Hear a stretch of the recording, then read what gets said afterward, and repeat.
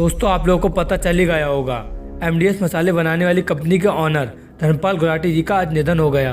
इनकी सफलता की कहानी बहुत बड़ी है, मैं आपको बातों से नहीं बता सकता, फिर भी थोड़ी कोशिश करूंगा इनकी सफलता की कहानी बताने की। एमडीएस बाबा धर्मपाल जी का जन्म पाकिस्तान के सियालकोट में हुआ था। इनके पिता का नाम महाशय चुन्नीलाल था।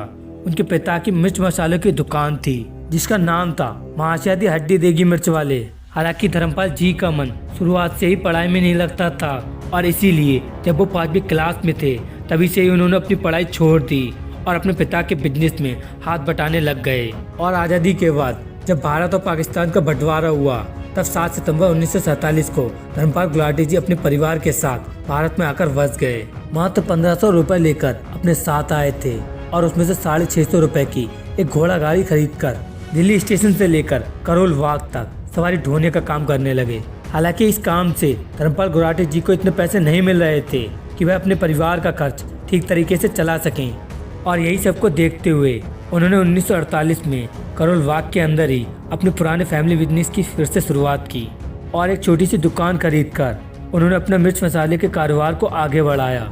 और इस कारोबार का ज्ञान उनके परिवार के पास तो था ही और उसी वजह से उनका बिजनेस धीरे धीरे ग्रो होने लगा।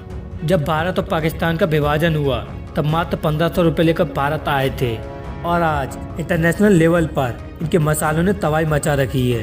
इनकी जो सबसे बड़ी खास बात है वो ये है, ये खुद की कंपनी के प्रचार के लिए न किसी बॉलीवुड वाले और न किसी फेमस इंसान से प्रचार कराया, बल्कि खुद मसाले के प्रचार के लिए दुनिया के सामने आए।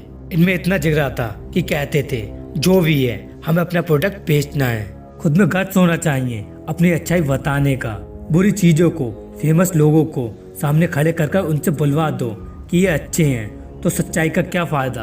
खुद से बोलना चाहिए, जो सच्चाई है उसे सामने रखना चाहिए, चाहे कोई छोटा व्यापारी हो चाहे कोई बड़ा व्यापारी हो।